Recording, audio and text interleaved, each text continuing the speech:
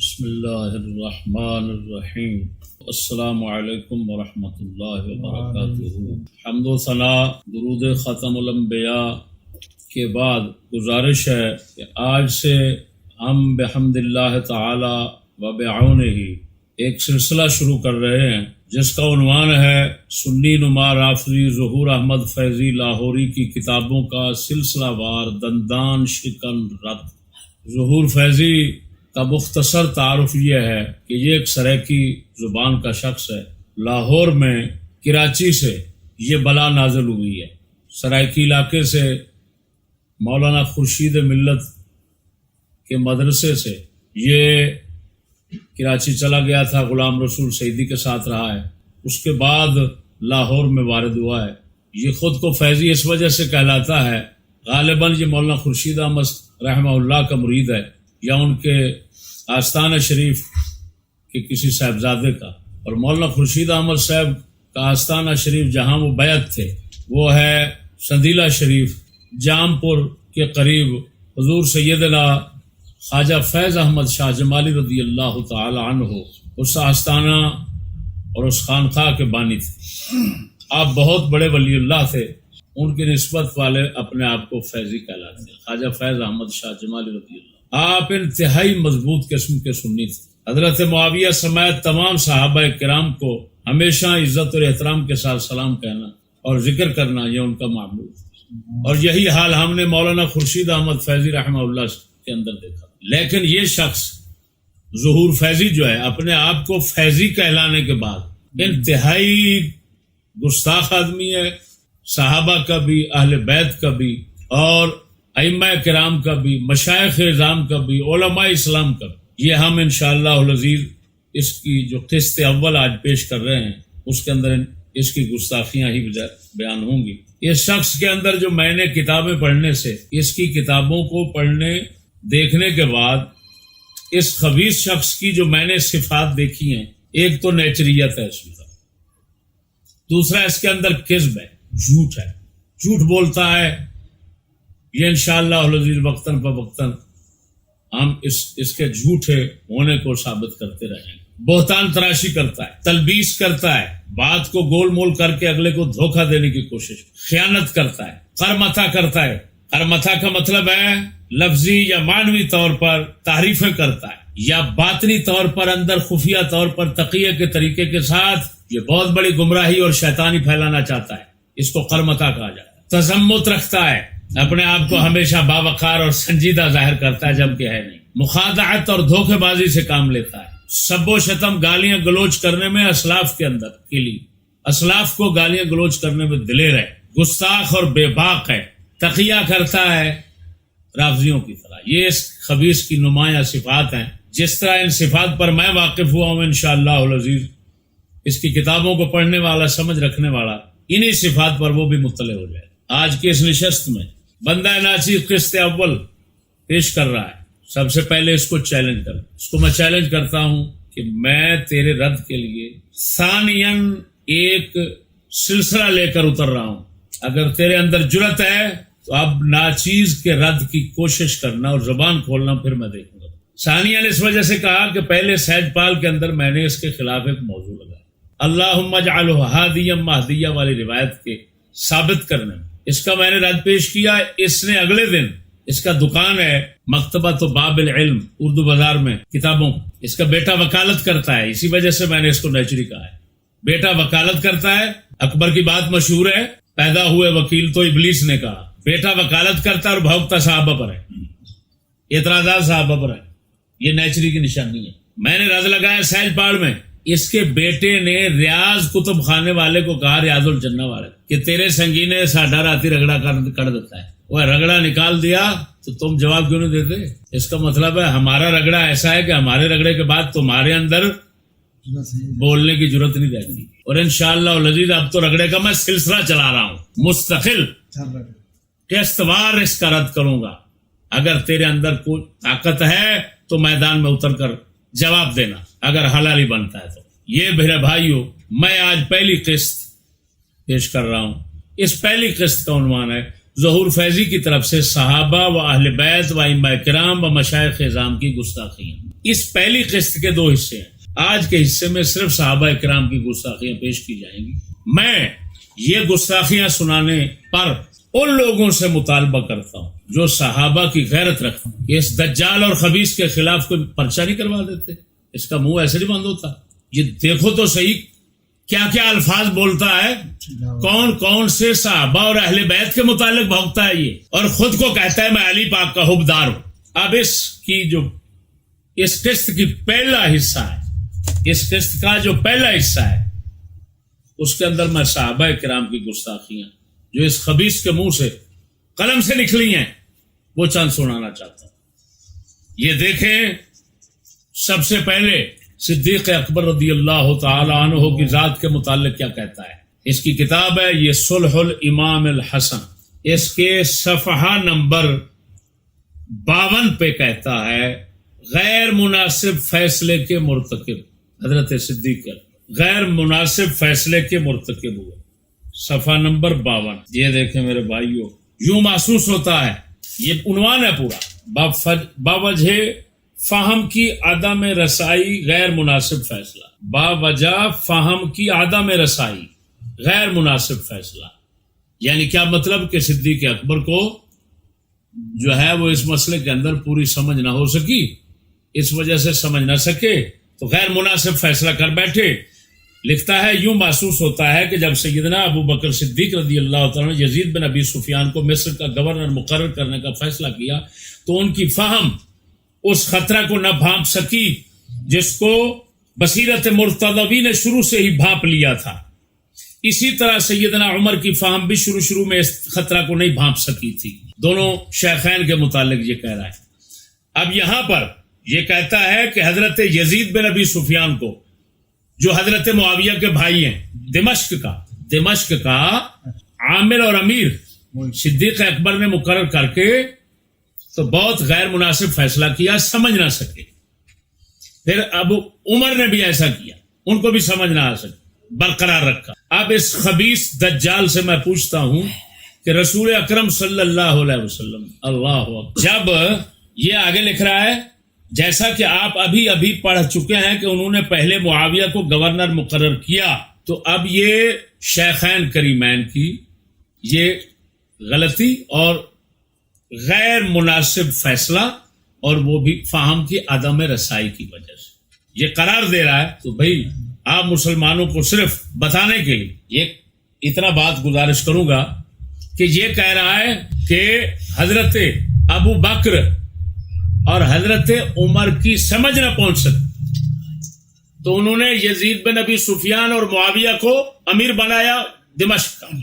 میں پوچھتا ہوں ظالم تیرے بقول ان کو سمجھ نہیں آئی, مولا علی کو ابتدا میں ہی سمجھ آ گئی. تو سوال یہ ہے کہ بخاری مسلم اور صحاح کی وہ حدیث جو امام حسن کی صلح کے متعلق آئی ہے اس میں حضور نے فرمایا میرا بیٹا یہ سردار ہے, یہ صلح کرائے گا دو بڑی جماعتوں اور گروہوں. تو جب آپ نے اس مصالحت کی تعریف فرمائی تو حضرت معاویہ کے خلیفہ بننے کی تعریف ہو گئی کہ نہ ہوئی؟ تو کہتا ہے شیخین کو سمجھ نہیں آئی, علی کو مولا علی کو سمجھ آئی. وہ ظالم کا بچہ بتا تو صحیح, رسول کو بھی سمجھ نہیں آئی کہ رسول تعریف فرما رہے ہیں اس صلح کی, اور اس صلح کی تعریف کے ضمن میں حضرت امیر معاویہ کی خلافت کی تعریف کر رہے ہیں رسول اکرم کی زبان, اور تو کہتا ہے مولا علی سمجھ گئے, شیخین نہ سمجھ پائے تو بے سمجھی کا فیصلہ کر بیٹھے. رسول اکرم نے کون سا فیصلہ کیا؟ سمجھ کر کیا تھا. جو پہلے اس صلح سے پہلے رسول اپنی زبان مبارک سے جو پہلے تعریف اور مدح سرائی کر گئے اس مصالحت کی اور حضرت معاویہ کی خلافت کی, رسول بھی سمجھے تھے کہ نہیں؟ بہرحال ہم گستاخیاں سنانے کے در پہ ہیں. پھر یہ دوسرے نمبر پر صلح الامام الحسن وہی کتاب, اس کے صفحہ نمبر 58 پہ کہتا ہے آپ کی فہم درستگی کو نہ پہنچ سکی, یعنی آپ کی سمجھ صدیق اکبر کی صحیح نہ ہو سکی, درست نہ ہو سکی. یہ تو ایسے الفاظ اس کا بولنا جو ہے وہ کوئی چیز نہیں ہے. اب باری آتی ہے حضرت سعد بن ابی وقاص جو عشرہ مبشرہ میں ہے۔ رسول اکرم صلی اللہ علیہ وسلم نے جن 10 صحابہ کرام کو دنیا میں جنت کی بشارت فرمائی، ان میں سے ایک یہ، اور عجیب بات یہ ہے یہ خبیث لچا خود بھی مان رہا ہے ان کو 10 صحابہ یعنی عشرہ مبشرہ میں مان رہا ہے۔ یہ کتاب ہے، اس کی دیکھ لیں، شرح خصائص علی، 501 صفحے پر۔ ایمان سے کہتا ہوں یہاں حکومتیں انگریز کی ہیں اور ان کا قانون ہے، تو خدا کو بولے، رسول کو بولے، کسی کو بولے، جب تک کوئی پرچہ درخواست نہیں کروائے گا حکومت کچھ نہیں کہے گی۔ لیکن عمر بن خطاب کے متعلق پڑھا، حضرت آپ کے بیٹے عبید اللہ بن عمر، حضرت مقداد بن اسود صحابی کے متعلق کچھ نازیبا لفظ بول بیٹھے۔ عبید اللہ بن عمر، عبداللہ بن عمر کے بھائی، تاریخ دمشق کے اندر ہے۔ تو حضرت عمر نے فرمایا چھری لاؤ، میں اپنے بیٹے کی زبان کاٹتا ہوں۔ یہ کون ہوتا ہے رسول کے صحابی کے خلاف بولنا؟ قیامت تک کوئی جرأت نہ کر سکے میں آج اس کی زبان کاٹوں۔ اللہ اکبر کبیرہ۔ تو عمر جیسا زبان کاٹنے والا ہوتا تو اس خنزیر کی زبان کاٹ لی جاتی۔ سمجھ آئی کہ نہیں آئی؟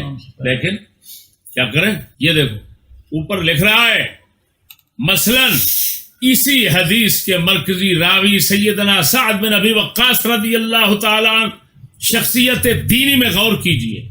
ہر چند کہ وہ جناب معاویہ کے قریبی ساتھی تھے، مگر چونکہ ان کا دینی مرتبہ مسلم و معلوم ہے اور ان کا شمار عشرہ مبشرہ میں ہوتا ہے، یہ خود لکھ رہا ہے، اس لیے وہ شیعان معاویہ پارٹی میں شمار ہونے کے باوجود، اور اگلے لفظ اب سنیں جو کتا یہ بھونک رہا ہے اس صحابی عظیم صحابی کے مطابق کہتا ہے، اور ہزارہا لالچوں کے باوجود، سعد بن ابی وقاص کے متعلق بھونکتا ہے، ان میں ہزارہا لالچ ہے۔ آپ خود سمجھدار ہیں، ہزار پھر جمع، ہزارہا لالچ، تو جمع کم سے کم 3 پر بولی جاتی، تو 3000 حضرت سعد بن ابی وقاص کی ایک لالچ ثابت کر دے، تو نے تو 3000 لالچوں کا دعویٰ کیا کم از کم۔ پتہ نہیں تیرے ذہن میں کیا ہے، میں نے تو ویسے لغت کے قیاس کے اعتبار سے کہا 3000 کیونکہ جمع بول رہا ہے، تو ایک تو لالچ ثابت کر سعد بن ابی وقاص کی۔ یہ وہ صحابی ہیں کہ عمر بن خطاب بھی فرما رہے ہیں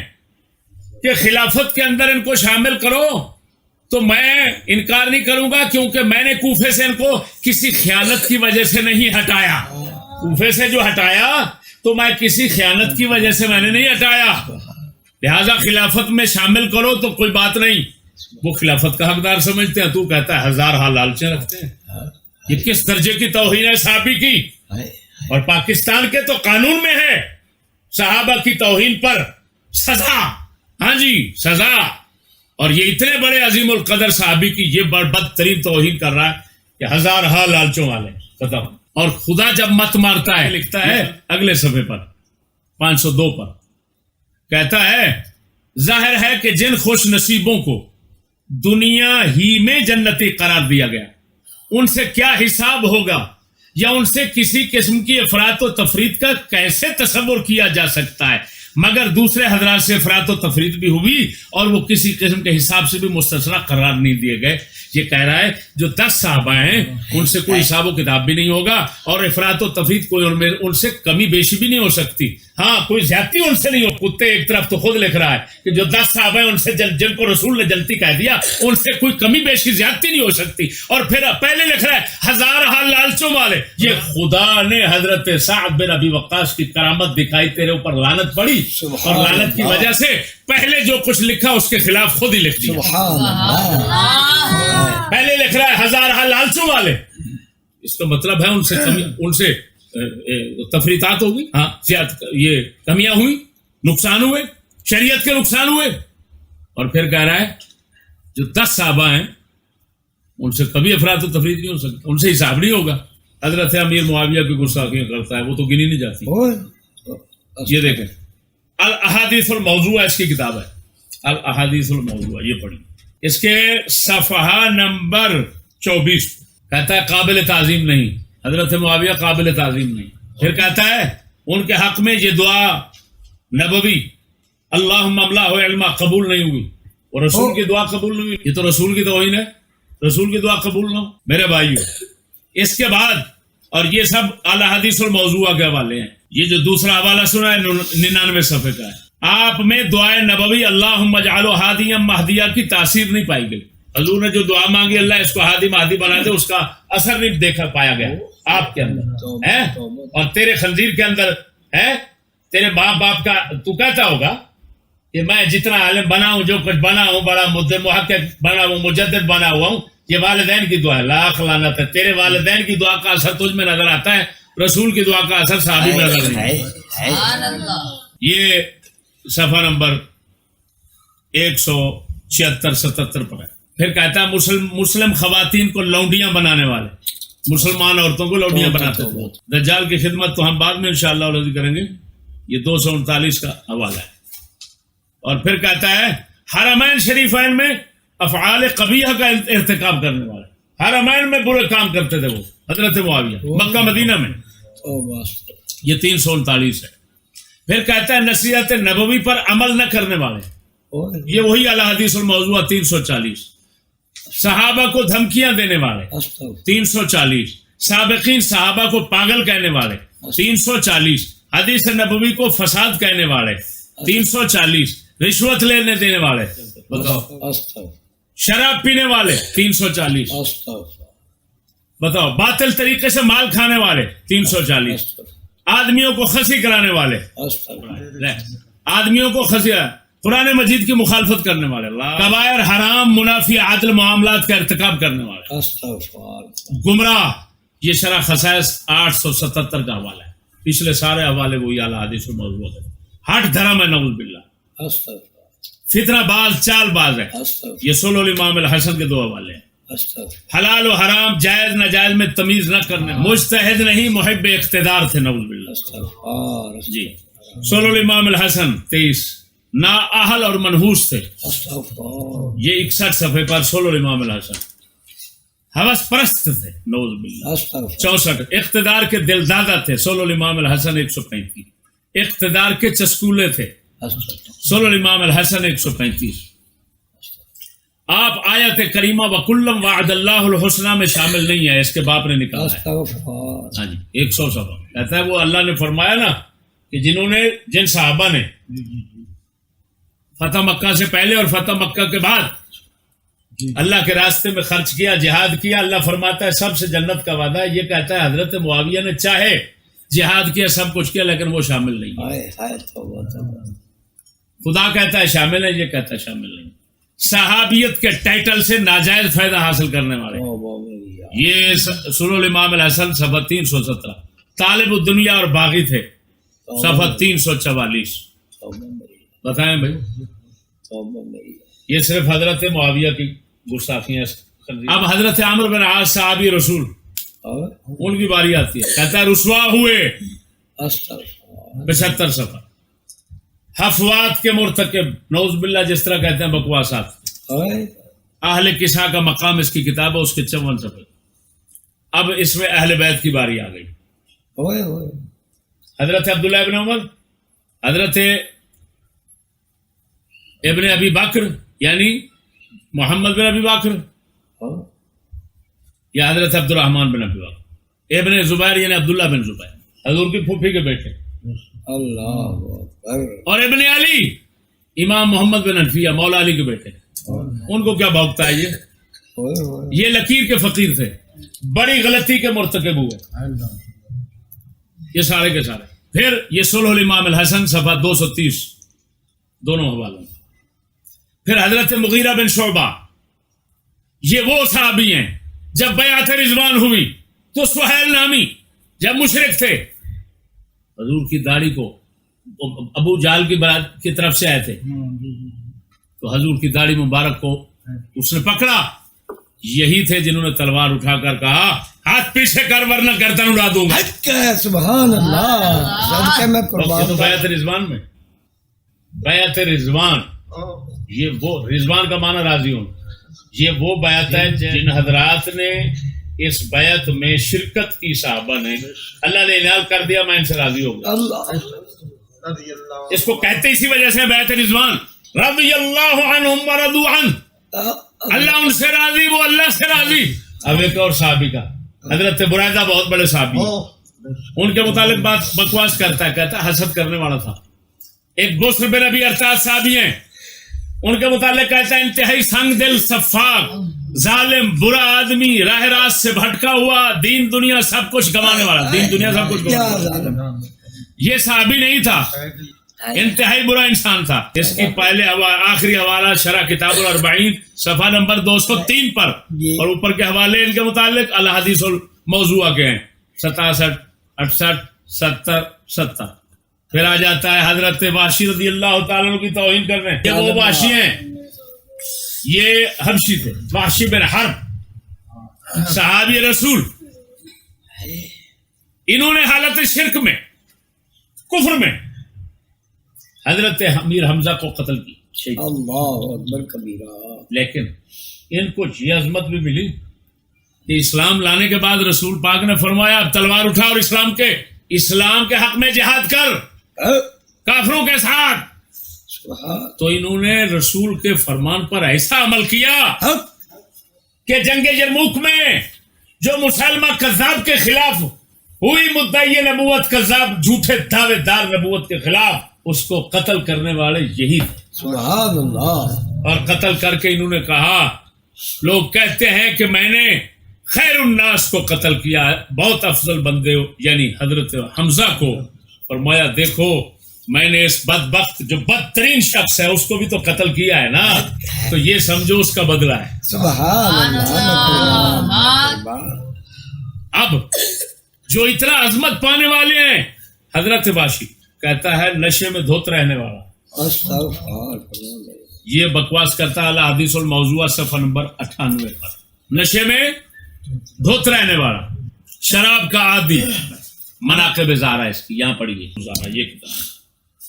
شراب کے عادی، اس فعل شنی کی نحوست برابر ان کے تعاقب میں رہی. علمی نالیاقت، بے لیاقتی، جہالت اور ابو جہل کی وراثت دکھاتا. یہ عالم بنتا ہے جس کو اتنا تمیز نہیں کہ عربی میں جو ایک جملہ لکھا ہوا ہے یہ کس کے متعلق ہے، کس کے متعلق ہے، کس کے متعلق ہو سکتا ہے. اب یہ دیکھیں، یہ جناب جی کتاب ہے وہی الموضوع، ادھر کدھر گئی ہے، الحدیث الموضوع صفحہ 58. یہ دیکھیں میرے بھائی، یہ صالح جزرہ ایک محدث ہے، تاریخ الاسلام کے حوالے سے یہ میرے پاس پڑھی، امام ذہبی جس کا وہ حوالہ تھا. اس کے اندر لکھا ہوا ہے قال صالح جزرہ لا یشتغل بوحشی ولا بابیہ. یہ عبارت اس کی کتاب، یہ سامنے آتا، جس کا معنی بنتا ہے کہ وحشی اور اس کے باپ میں مصروف نہیں ہونا چاہیے. یعنی کیا مطلب؟ ان کے متعلق سوچنا بھی اچھا نہیں، چھوڑو وہ کیا کسی حال کے بندے ہیں وہ دونوں باپ بیٹا. یہ جملہ جو صالح جزرہ کہہ رہے ہیں یہ وہی صحابی جو ہے نا حضرت وحشی، یہ ان کے متعلق کہا جا رہا ہے. اور اس کی بے لیاقتی اور جہالت ہے اور خباثت اور ابو جہل کی وراثت دیکھو کیا ہے.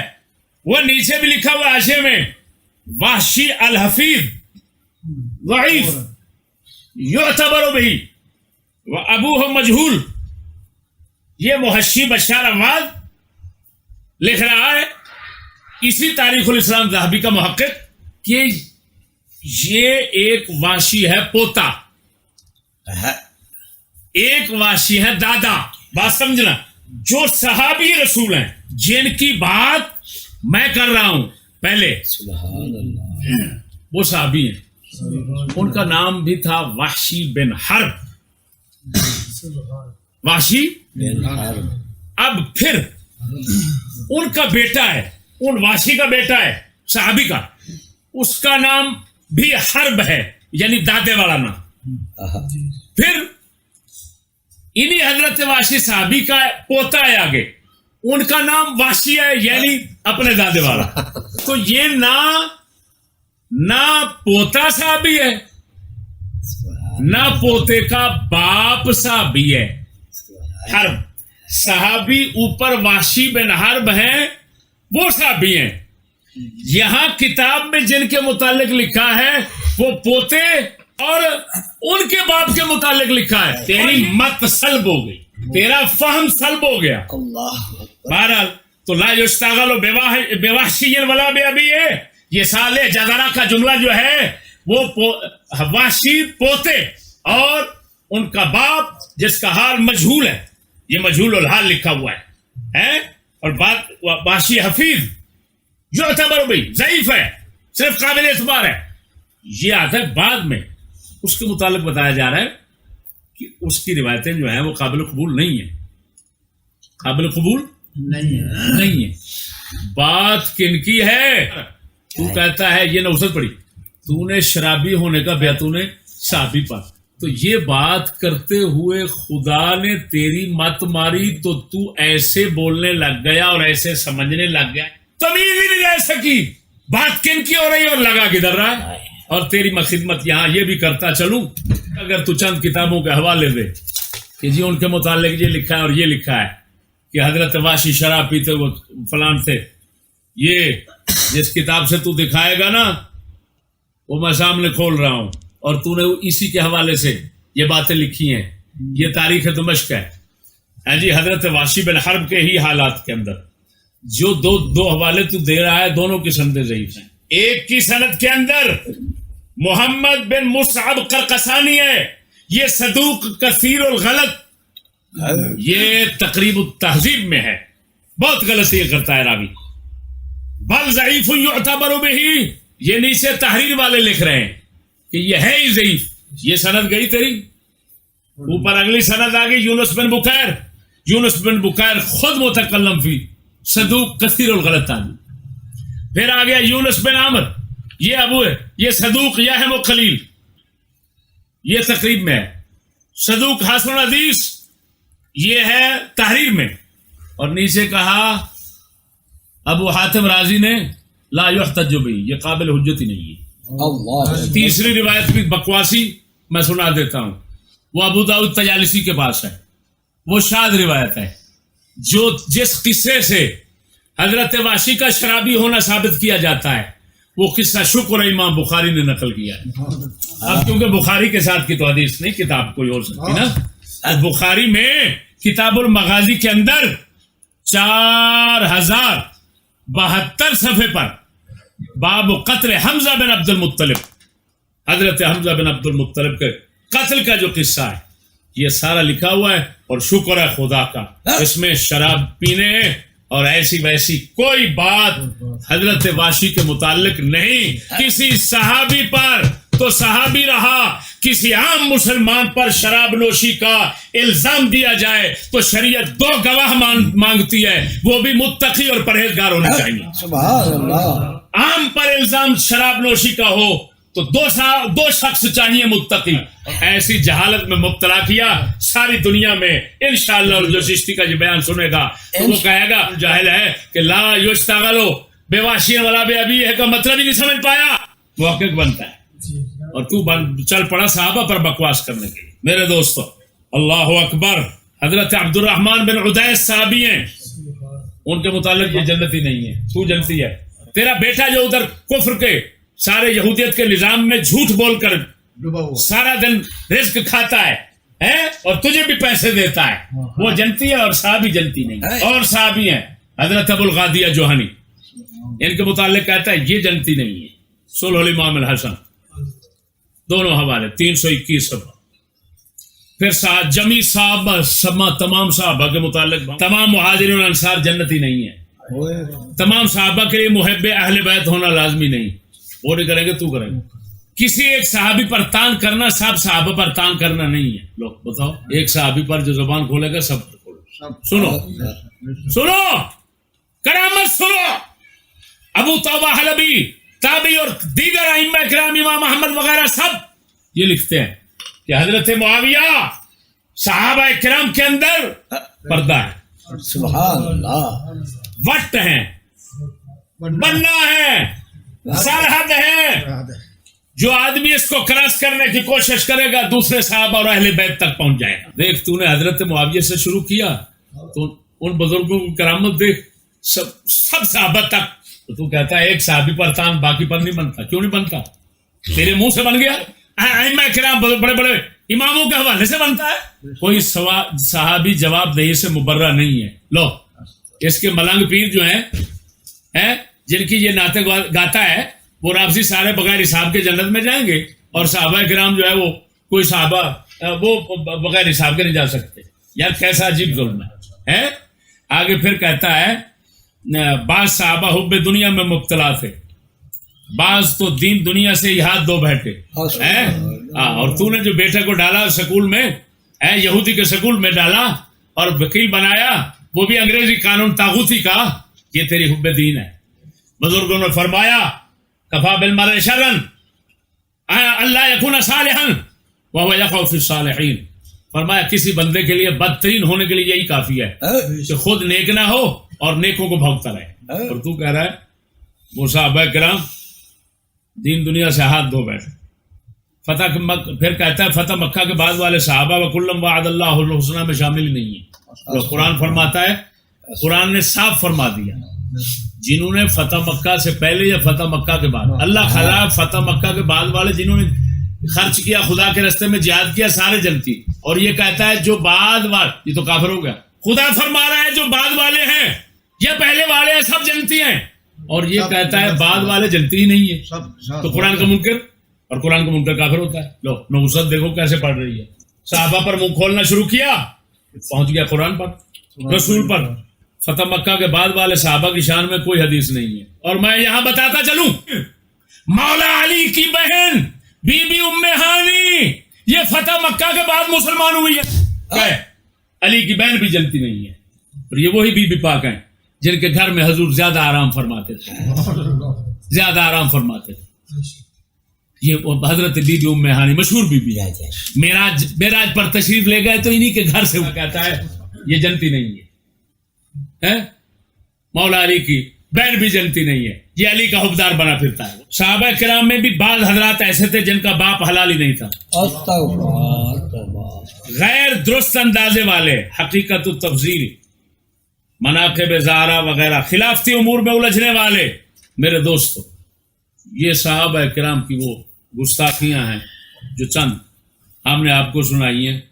ممکن ہے میں جو کہنا چاہتا ہوں آخری جملہ یہ دینا چاہتا ہوں کہ اس شخص کی حقیقت بدل گیا جو ہمارے ائمہ کرام علماء عقائد علماء محققین نے جن باتوں کو فضول جانا, موضوع اور جھوٹی جانا, ان کی حقیقت کو انہوں نے سمجھا کہ یہ کوئی حقیقت نہیں. تو جن باتوں کو اٹھا کر انہوں نے کوڑے پر پھینک دیا, یہ بھوکا بیٹھا ہوا تھا اٹھا چاٹنے کے لیے کھانے کے لیے, خود بھی کھا رہا ہے اور لوگوں کو بھی کھلانا چاہتا ہے. صرف اتنا سی بات ہے, تیرے پاس کوئی تحقیق نہیں ہے, صرف متروکہ موضوعہ جھوٹے خرافات بکواسات جن کو ہمارے علماء نے پھینک دیا تھا, محققین نے جن کو قابل اعتنا اور قابل اہتمام سمجھا ہی نہیں تھا, تو وہ اٹھا کر لوگوں کے سامنے رکھ رہا ہے. اور تو کہتا ہے میں بڑا مجدد بن کر مارکا مار رہا ہوں. یہ کوئی مارکا نہیں ہے. جو تو باتیں کر رہا ہے یہ باتیں سب علماء نے پڑھی لیکن چھوڑ کر پھینک دی. ہم نے پڑھی پھینک دیا. کیوں؟ کہ ہماری اور ہمارے اسلاف کی جو سمجھ ہے وہ مستقیم ہے, ٹیڑھی نہیں. تیری ٹیڑھی ہے, اس وجہ سے تو گندگی تلاش کرتا ہے, گندگی ڈھونڈتا ہے ادھر ادھر. یہ ہے تیری پونجی, یہی تیرا علم, یہی تیرا کمال. بزرگوں نے صحیح کہا ہے. میں اس کے متعلق کہتا ہوں, اب یہ پہلا حصہ میں نے پورا کیا, یعنی قسط اول کا پہلا حصہ. اب دوسرا حصہ جو ہے نا اس کے اندر پھر یہ بات امام بزرگ مشائخ اولیاء علماء ان اعلی حضرت کو کیا کہتا ہے, آپ حیران رہ جائیں گے. اور افسوس ہے کہ جو اپنے آپ کو سنی کہتے ہیں اور پھر غیرت نہیں رکھتے, نہ صحابہ کی, نہ اہل بیت کی, نہ مشائخ کی, نہ بزرگوں کی, نہ اپنے درباروں کی غیرت نہیں رکھتے. ایسے غیرت دلانے کے لیے پھر میں وہ گستاخیاں سناؤں گا جو اس نے گستاخیاں بزرگوں کی میرے دوستو، اللہ جل شانہ ہم لوگوں کو ایسے لوگوں کے اثرات سے بچائے۔ اللہم آمین یا رب۔ اس کی کتابوں میں جو غلاظتیں پھیلی ہوئی ہیں وہ اس سے زیادہ ہیں، یہ چند ہم نے سنا ہے، صحابہ کے متعلق، اہل بیت کے متعلق یہ چند سنا ہے، جو پلیدی اور غلاظتیں پھیلی ہوئی ہیں وہ بہت زیادہ، وہ انشاءاللہ العزیز جیسے جیسے رد ہوتا جائے گا وہ سب آپ کے سامنے آخر دعوانا